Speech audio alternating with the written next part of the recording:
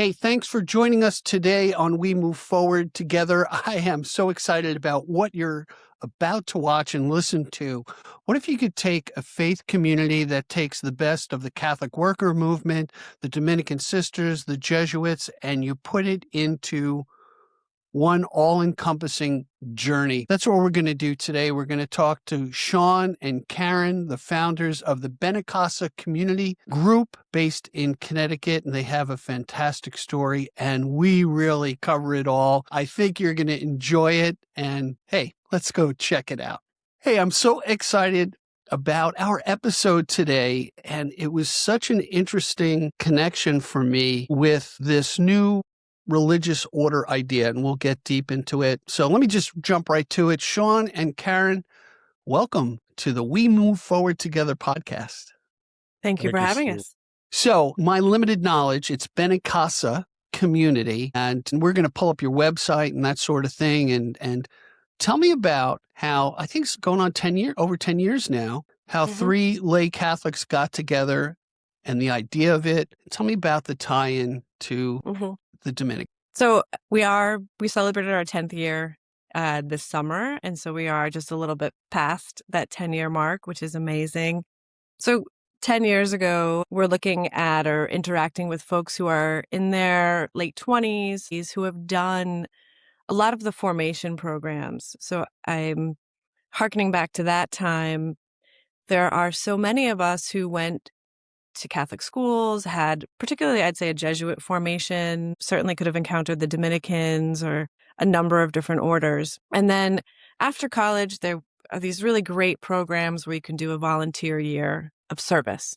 And I think lots of people have found those connections. Oh, you did this program over here, you went over here, sort of like AmeriCorps, but the religious orders did a really great job of creating those programs, those years of service. And then after those years of service, I think if you want to just continue in your faith formation and in your work of ministry, you could either join religious life, which for lots of folks just wasn't an option. The old order just didn't fit for a number of reasons that, I think lots of people are unpacking, who are professionals, who are theologians, who are academics, but just, I think for us, for our purposes, saying not a fit. And the institutional church wasn't really speaking to people. Sexual scandal, financial, just uber wealthy, a sense that that's not where the ministry was in the institutional church. So I think these lay programs connected to religious orders were really wonderful and really spoke to people, really touched people's hearts, gave a way forward. And then after that, there was sort of a drop off. You hit the ledge.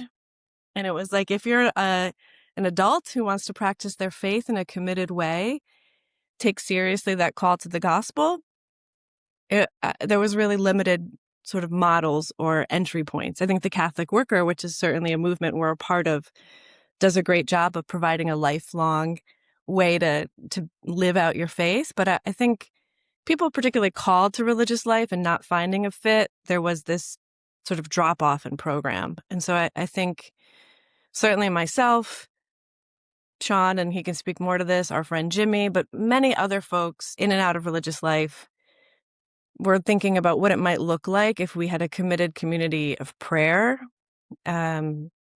were dedicated to the works of mercy, but also had professional tracks. So social work, teaching, lawyering, education. What could this new form look like? Yeah, you know what I find so interesting is it's making that connection, that gap with what I would call the institution of the church, with the scandals and everything else, and service. The key is service. And Sean, let's hear from you. Tell me your story. Well, I think it's interesting that you bring up Catherine of Siena, is who I was thinking of when you initially presented the question, because I think that we're kind of in the spirit of what some people would call reform, right? And I think that there is a sort of, we're in an era of reform, I think, in the church, in the same way that we have been in the past. And I think in the same way that we were during the Middle Ages when Catherine was walking the earth, right? That there's a recognition in sort of the church public that the church institutional isn't living up to its creeds and its beliefs. And I think that that reaction that folks are having, and often young people, to this sense of, I don't really feel like there's a place for me, is really coming from the understanding that not only is there not a place for me, I'm no longer welcome, but I'm not seeing that there's integrity in action. And so I think that in that spirit, there's an impulse and a drawing forth to reform.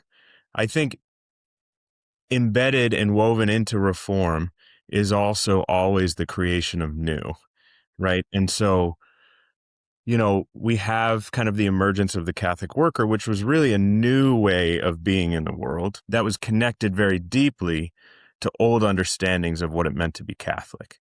And I think similarly, the spirit of Benincasa is both, an active effort to kind of present conversations and practices of reform, and at the same time, really exhibiting and embodying a spirit of something new. And so that's deeply connected to sort of the charism of the Dominican sisters, because it's taking those kind of frameworks of the four energy centers or the four pillars, however you want to sort of term them, and saying that this framework is appealing because there is a variety and a diversity of ways to kind of live them out, right? And so I think that that is sort of at the center of really how Benecasa has emerged over the last 10 years and continues to emerge, right? That those are grounding principles that guide kind of our response to the way we are being called to live out faith in the world.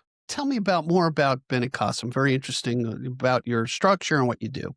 Yep. So right after college, I went to law school and I moved to New York for law school. Actually, so I moved to New York to live with Dominican sisters right after college. I did that volunteer year that we talked about. I lived with 3 sisters in a mostly empty convent in a part of Brooklyn that was not yet gentrified, and please God, let it not be. Which part? I got to ask you which part. It was Okay, East gotcha. Flatbush. Yeah. East Flatbush, Brooklyn. So, and they had been teachers. Also, one had served in Maryknoll. They were really, like you say, in the trenches, in the parishes, in the schools. And it was an amazing year. And then after that, I went to law school. I had this year of formation, living with sisters in the prayer rhythm, going to conferences, having an academic, that commitment to study, really engaging with scripture and with, theology, and then went to law school and started volunteering at the Catholic Worker and Mary House. And I think, like what you're saying, like both the Dominican sisters, who were quite older, they were, sort of, I think 75 was sort of the average age, and I was 22. So I was learning from them a model they had lived and were trying to live into the future, and then volunteering at the Catholic Worker, which was very much intergenerational and lots of ages. But those communities, along with Dan Berrigan's community, were very intertwined. They were all expressions of the same spirit. And I think Sean so beautifully captured that sense of reform and new. And I think you could see that with the Dominican sisters, this taking that call to Vatican II very seriously. Dorothy and Peter, starting in 1933, but really, finding their sort of full expression during that time of Vatican II. And then Dan Berrigan and the Plowshares movement around Vietnam, sort of that call to being anti-war. So I think those communities have all that expression. They are an expression of that same fire. Catherine of Siena talks about that fire, and I know in a moment of ecological crisis, fire maybe terrifies us a little bit more. Wildfires, for sure, but I think the burning of the heart, that fire, that passion in those communities felt that for reform and for newness. So I interacted with those communities, and then Sean and many others in our community sort of similarly interacted with and met those communities, not the Dominicans until later, Sean, but I think similarly met the Catholic Worker and Yeah, it's very so I want to one word jumped out at me in what you were just saying, and that is formation. Okay. Mm-hmm. It can be a churchy word. And in that, I was a deacon at one point, so I went through formation. I'm like, yeah, I'm 50 some odd years old. What am I still being formed for? Expand upon that for a while. Were you thinking of becoming a religious at the time, or you just talking about your journey? So Sean and I both, and several others in the community, either took various steps into religious life. So Okay. some people sort of entering in those early postulant or early stages, others just seeking and looking at other communities. So Sean and I both discerned religious life, and several others did. I think this idea of formation is key, Mm-hmm. is critical, is key, because we have completely messed up our sense of what education is, right?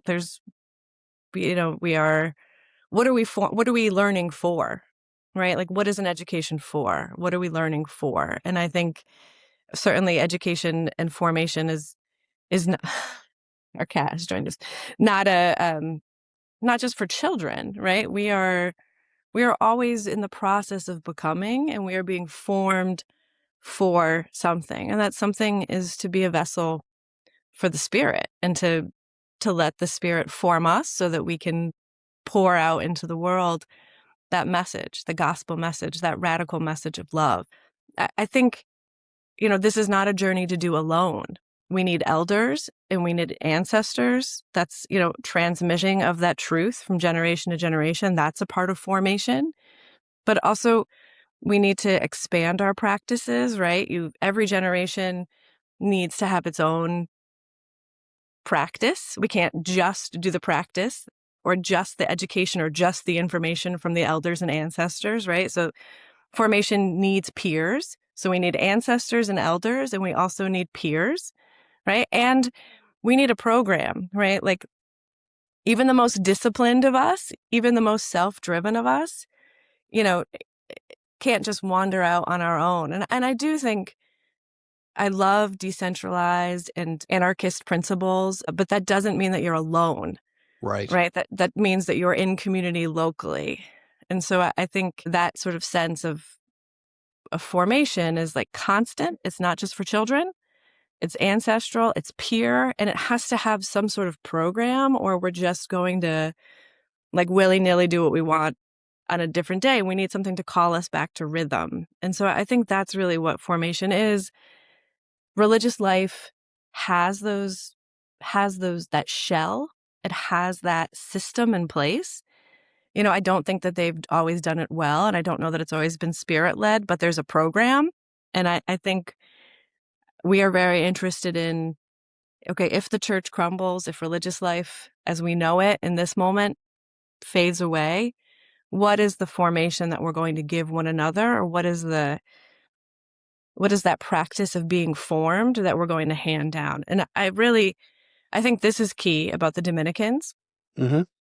Whether they know it or not, whether they say it or not, whether they've internalized it or not, I think they have this magical formula in the 4 pillars. And Sean, jump in. Don't, I can see that I'm getting on a roll, so jump in. But I think that these 4 pillars are the secret. And then I think the 4 pillars are more of a practice. Okay. So you could do the 4 Fair enough. pillars practice with each energy center. Mm-hmm. Yeah. So Putting it into action and practice. yeah. So whether you are working on, so if ecology, right? So tell me why don't you list again the energy centers? Okay. The energy centers are spirituality, Mm-hmm. community, Mm-hmm. ecology, and social justice. Okay. So I think a slight difference is how you approach those using the Dominican 4 pillars. So the Okay. 4 pillars are prayer, study, community, and ministry, which is just at all times, you should be aware of if you are unbalanced or balanced in those practices. So you should never just be at this kitchen stirring soup. You become a martyr oh my gosh, I'm here all day. I'm the only one serving soup. Right. The line is endless. But if you're only, so then you need to take a step back and do some critical thinking, some analysis, some theological development. You need to pray, right? And you need to be in community. Likewise, if one person is only praying all the time or only studying, the academics in their ivory towers, right? And they're Hmm. not at the soup, then they are like anything they write is absolute bullshit because it is Right. not connected to the ministry, right? Yeah. So if they're writing poetic words about the soup, I don't read it. It has no meaning, right?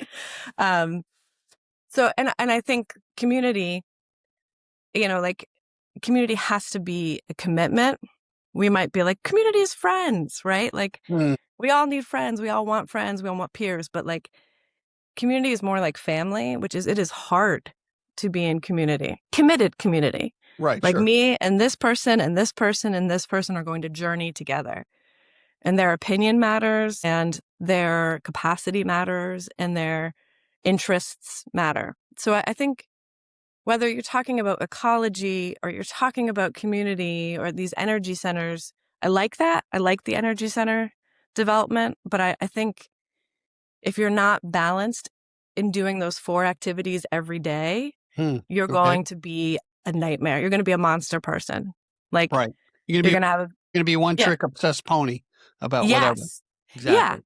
exactly. And I think we are such a society of experts and like expertise and skill level that we have devalued being a balanced human who can do all of these things, and we are so individualistic. Like I'm this kind of person, which means therefore I don't need to engage in these other activities because Right. I have found myself to be this. I've taken the test and I'm this kind of person, and therefore I will not be doing that other thing. And that's just not Right. good.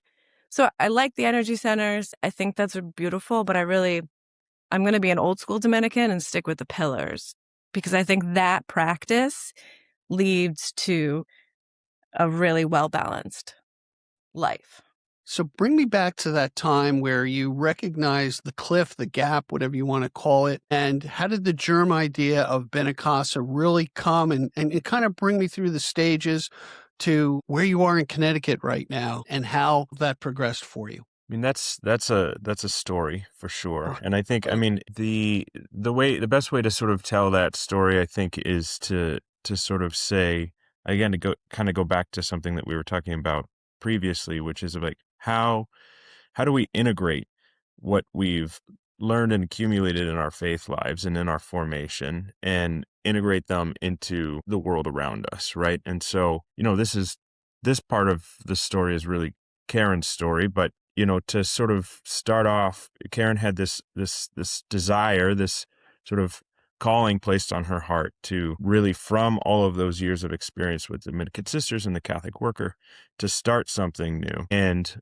was working as a housing attorney with folks who were facing foreclosure during the predatory mortgage lending crisis, right?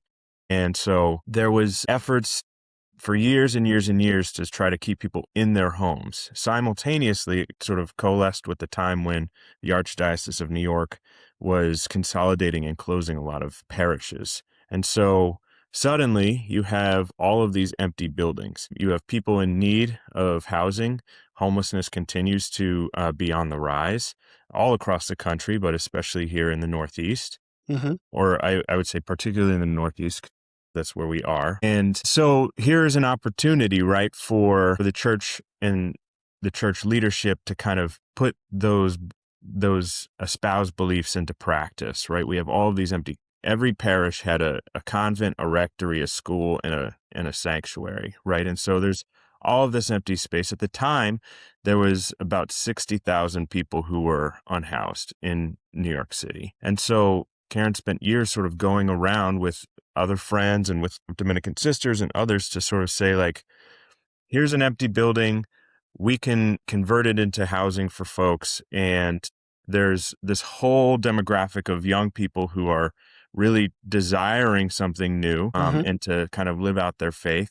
And so after a lot of no's, there was finally one yes, and we sort of renovated this empty convent and rented this empty convent on West 70th Street in Manhattan. And there were 17 bedrooms and, little convent cells. So tiny little bedrooms where you could kind of fit a bed, a desk, and a chair and a lamp. We were able to open our doors there and sort of have community with folks who were both in need of housing because they were seeking asylum, because they were leaving domestic violence situations, because they were LGBTQ youth who had been kicked out of their homes, and also this group of people who were professionals in the traditional sense of being lawyers, social workers, teachers, nurses, and MDiv graduate students sort of living together in community with one another. And also, again, kind of really trying to practice and put into practice these 4 pillars. So we were sharing meals together. We were praying together. We were celebrating liturgy together. And we were also out in the community, either professionally doing works of mercy or sort of collectively doing works of mercy and acts of resistance in the public sphere. And kind of concurrently with that, we were also working on a farm called Harmony Farm, which is owned by the Dominican sisters in upstate New York. And because we sort of had this desire to increase our sort of awareness of and commitment to ecology and the earth and the new cosmology, and sort of in working there and sort of working in kind of a large CSA program, we were bringing a lot of food to the city, to food pantries and soup kitchens and things like that. But I think more importantly, we understood that it was equally important to bring folks with limited land access to those experiences of nature on the land, so Right. that it wasn't just a sort of, one direction of service provision, but that, there was also an opportunity for a mutual exchange. And that's really kind of grounded in again, this interweaving of the 3 kind of charisms, right? That the Catholic worker in their kind of design really believe in the integration of the urban and the rural, and those 2 communities really feeding each other spiritually and material. And then the rent got too high in the building that we had renovated, and we couldn't stay there any longer. It was the middle of COVID, and they wouldn't adjust the rent. Oh, no way. Yeah. The Archdiocese of New York Yeah, would the not adjust the Archdiocese of rent. New York. So we found another convent in Queens and renovated that on top of St. John's Preparatory School in Astoria, Queens. And all the while really looking for and desiring a way to really grow what we had experienced and sort of formed in our minds around having like an ecology center where farming could happen. It could be a community farm. So we had a lot of kind of swings and misses on that until we finally found this funny little plot of land in Guilford, Connecticut. And we've been here almost 5 years now. Is that? Okay. Yeah. So, and yeah, we have, sort of operate a small farm where everything that we grow goes to area food pantries and soup kitchens and farmers markets who have a focus on food apartheid and relieving food apartheid. And then we bring a lot of student groups Sean, let and me that stop you here as there. well to have experiences of retreat. So, Sean, I got a question for you. And one term that came to me through my daughter Faith was, it's the first time I heard it, this was years ago, was food desert. And you used the term food apartheid. Explain what is that?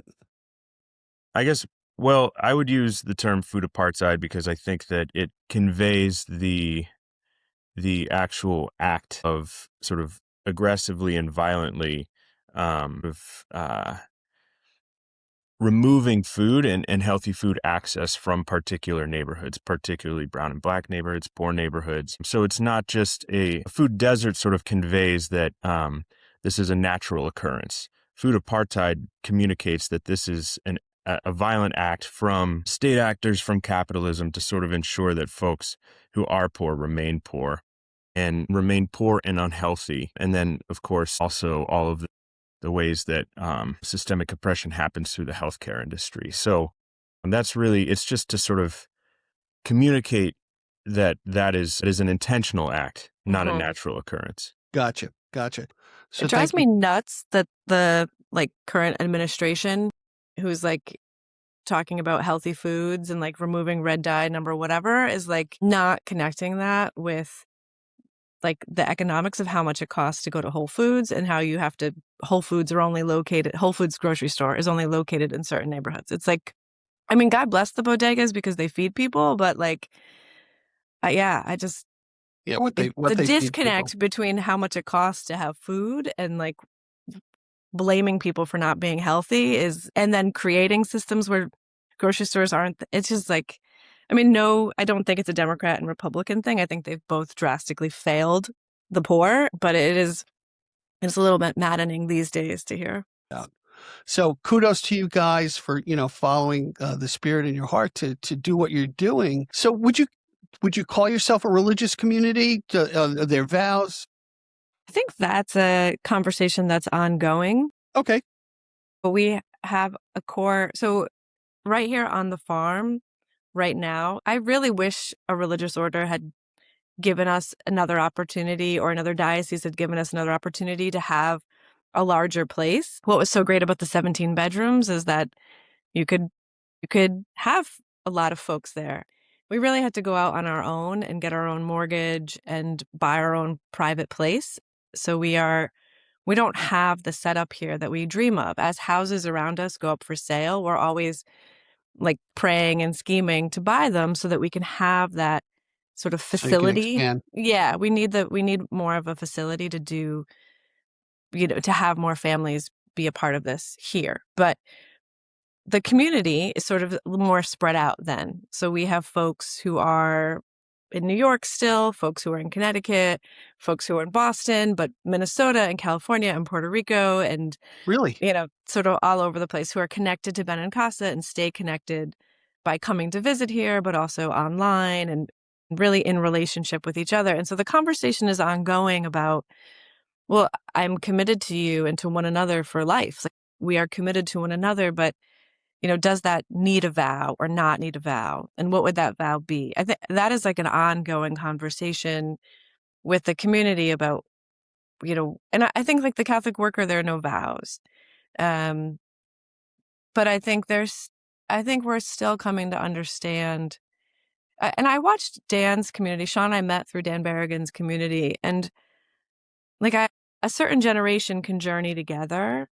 And I'm really interested in, we seem intergenerational in that we have like a connection to the sisters and older Catholic workers. So I feel like the founding members and an older generation are connected. The question for me is like, are we going to be able to pass this down to a younger generation? Like, does Benincasa, what is the lifespan of Benincasa? What is the lifespan of the Dominican sisters? What's the lifespan of any Catholic worker community? So I think this question that you ask about vows and commitment, it's a question we need to deal with, because I don't think vows ensure longevity, but I do think expressing a commitment to one another is a really beautiful thing. And an expression of that commitment seems valuable, because then also when the rubber meets the road, you've expressed that commitment and you got to show up. But something about the vows isn't speaking to folks. And I wonder if it's semantics or if it's like something about unsettled times. I don't know. It's That's It's a yeah. good thing to discern. What I find so interesting, and I personally, I just think a lot of the local dioceses are caught up in, like you said, shuttering or joining parishes together, and with the crisis and the bankruptcies, their attention is drawn in a different direction. The seminary that I went to in Huntington is they just sold off 2/3 of the property for what, Jeez. and yet Wow. they still have the building. They have a building probably with 200 rooms, and they do some things with it. But looking to the new model that you're doing with Benecasa is, I just think, so encouraging. I find it, to be honest with you, I find it very attractive to say, "Whew, okay, wow, this is something new." Sometimes it's hard to call yourself a Catholic these days, to be honest with you, and yet you're taking that and kind of turning it on its head, and you're following the great traditions of the Dominicans and the Jesuits and Dorothy Day, and you're taking these inputs and creating something new. And yet what you're doing this is just a guy talking from the hip here, is you're answering to the call for the thirst that people have out there, not only for the thirst of the people who have to be served, the poor, but those who want to serve and are looking for more, Hmm. just looking for more, right? Hmm. And may Yeah. realize, you know what, that more may be community, Hmm. going on a journey, having a Hmm. roadmap, being with other people in community that you find joy with in Hmm. service. Hmm. Sometimes people don't, yeah, what do you do it? I get so much joy out of it. Yeah, but you're throwing so much of your time. Yeah, but I get joy out of it, and that's why I do it. I think because of the current moment that we're in, I don't know, like, it's hard to get a bellwether, like a measurement of like people's happiness with America, right? Like, I'm in Connecticut. Like, I don't know what people in Nebraska are thinking. I don't know what my neighbor 2 towns away is thinking, right? But so these sweeping generalizations aren't always spot on, but I have a sense that, like, we now know the emperor has no clothes, that Right? there's no culture in America, right? Like, I think we've come to this place, like, there's no driving force of value as America, right? As a country. And so, like, the more is just like, I think that's like hitting the nail on the head. Like, people are like, what else is there? This is a hollow culture. This is a shallow and hollow culture. And so, what's going to be the driving force here? What's the more than what's being presented to us as our institutions crumble? Our educational institutions, our healthcare systems, as these systems sort of are like actively being defunded, Mm. what is it that it means to be in this culture? And I don't think the church as an institution is a good guiding force. You know, Right, I agree. I don't think that they know what they're doing, but I do know that the spirit lives on and lives very actively, very enlivened. The spirit is alive in the women religious and in the Catholic worker, in communities like the plowshares. And that's the tradition that we come from. And so I'm certainly not saying it isn't elsewhere. I'm just saying, as this like white Italian American, that's the culture, that's the system that I was given to enter into. And I found the spirit there. And so I think, yeah, this country offers nothing in terms of values. And so where are we going to find the more? Right. And you know, it is the lingering question, especially the past few years for me, is how do we bridge the gap between those we agree and disagree with? Yes. Right. And in the most simplest terms, I think it's in service. You know what? Hey, pick up that rope up there. I'm getting the shovel, Yes. because we're going to help Yes. Mary and Joe and Juan Yeah. and oh, okay. We're not asking if they're Democrats or Republicans or liberal or conservative. It's like, hey, we got somebody in need. And most, not everyone has empathy for, hey, I've been there. I need a helping hand up. And that's where community comes in place. And that's why we're doing, I'm circling back to this podcast is so one, I'm thankful and feel very blessed that you guys joined me today. And we're speaking to people out there. And by the way, we'll have links in the description for Benincasa Community. If you find an interest of, hey, you know what, this sounds really interesting. I want to learn more. I encourage you to reach out to Sean and Karen. But that's why we do this. That's why we want to tell these stories so people go, yeah, things are falling apart, but man, I'm going to check this out. I think this is going to be good for me or my daughter, my granddaughter, or whatever. And that's why we're using social media to I spread the just do gospel. that. No, that's exactly right. I just wanted to give Sean and I a chance to talk about personalism, because I think that Okay.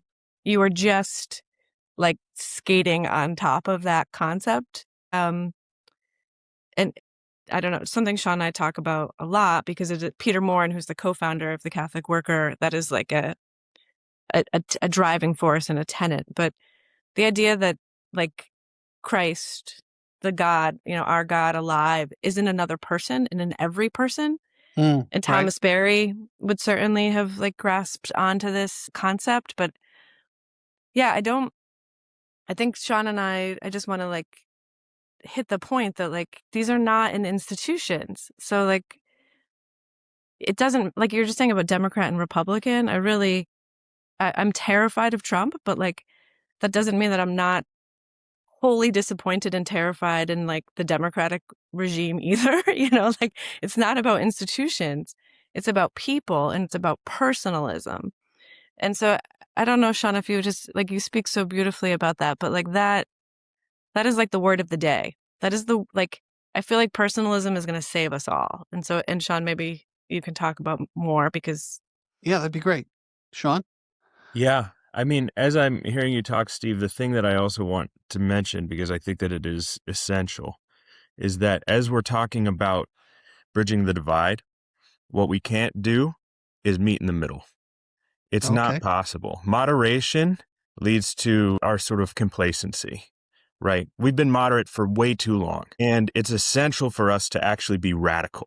And what that means is to get back down to the roots, to allow ourselves to be so connected to the earth and therefore each other, and therefore the divine presence in all things, that we no longer have those divisions, right? Because moderation and complacency is going to get us nowhere. So if we're connecting there, forget about it, right? Gotcha. That it's essential for us to actually get back to a place that is gospel-centered, that is God-centered, that is earth-centered, to understand, as Karen's saying, this personalist approach, that I'm engaging with you not from a place of service, but because you embody the divine spirit, right? That I'm connecting with you there. Whether you're a Republican, Democrat, rich, poor, it doesn't matter. That's where I'm connecting with you.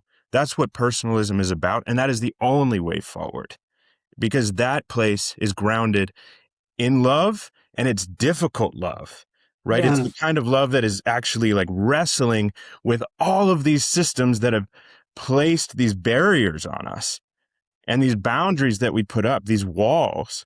And so that kind of love is difficult and messy and complicated because it challenges the culture that we've allowed ourselves to be caught up in that does actually divide us. And so that personalist approach is an effort to kind of turn off all of that noise, all of those kind of divisions that are set up by a system that desires to control us, and actually allow us to get to something integral, radical, and get back to the gospel and get back to our understanding of what it is to be in relationship and good relationship with each other and the earth. That's what personalism is about, and that is the only way forward. Interesting. I gotta tell you a story, quick story that jumps out at me as you're explaining this to me.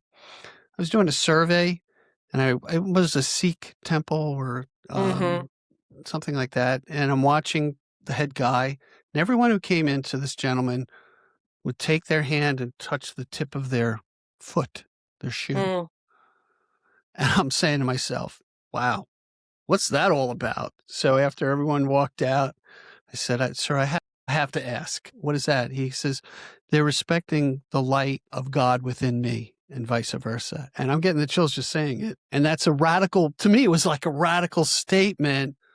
But yet, as I reminisce about this, is when we see that light in everyone, and hopefully they see the light in us in what we do, that's a point of connection, a radical point of connection to change the collective culture. And Steve, I would just say, I think the sisters, the Dominican sisters, women religious, the Catholic workers, Dan's community, the plowshares, they give themselves the freedom to prioritize what we're calling personalism, the understanding the light in you is the light in me, right? Like, Right. you have to order your life to prioritize that way of being. And that, I think, when I think about the end of religious life as we know it, right? Like, and it always wasn't this particular form. It's changing all the Always time, evolve. right? Yeah. But when I think of like the end of groups of people committed to one another who are sharing their resources so that they can do the works of mercy, I think about the freedom that is being lost to spend 2 hours with somebody, to see or to feel or to engage with the light in them. Because That's really what religious life or the Catholic worker structures gives you, is freedom to prioritize that. If I go to my job as a housing attorney or as a professor or, caring professions, and as a nurse, I still have to see 100 patients a day or whatever. I still have to get through this many papers, right? We are doing good works in systems that still require us to have a too high of a caseload or to Right. comply with grant regulations. Like, we're still constricted in a way that doesn't allow us to just say, you know what I did today? I spent 6 hours with this one person standing in line to get them hooked up with Social Security, Right. right? Because that's how long it takes, because you got to wait on the phone, then you got to go to the office, then you got to resubmit the thing, right? And I mourn the loss of that freedom to say, we are in this together, and nobody is going to tell me that I wasted my 6 hours because Mm. I am, or that I didn't work hard enough because I spent 6 hours with one person. And I really I hope that as we are thinking about how to continue religious life in some form or support the Catholic worker movement, that we say this is what's most important, this personalism, that we are not treating people like numbers. We're not trying to hit a goal of serving this many people or getting this many people into this program, but we are acknowledging the humanity in the person in front of us. And maybe the first thing we need to do before we get them hooked up with the program is take them out for lunch. Mm-hmm. And I think, like, when I think of the nuns, Right. that's what I think of. I think of women who are like, Karen, I'm going to sit down with you and I'm going to ask you some questions about you. And I'm going to have coffee with you. And I am going to walk down the hallway with you as a person. And, like, here's the part where I get choked up, right? Because I think, like, and at the end of the day, this is the thing that we should be most proud of. Mm. The wasted time with our neighbors. Like, this is the thing we should be most proud of. That we have slowed down and spent time with people, which communicates to them that I love you, that you are loved. And like you were saying, Steve, and that person is communicating back to me that I am loved, right? And like, that takes time. And I think that takes freedom, and that takes time. God, where is today going to take me? Like, I'm going to follow God today. And your nonprofit job does not want you to follow God today. Your nonprofit job has a schedule for you to follow. Right. Right. Right? Yeah. It is as we examine what happens, great Jesuit practice, doing the examine at the end of the day. We look back, the examine we do at the end of our life, and say, what did I cherish? And I always, by the way, first I want to say thank you so much. I feel so enriched by just talking to you today, and I appreciate your time with me. I look forward to seeing you in person and coming up to Connecticut. I need a retreat like tomorrow.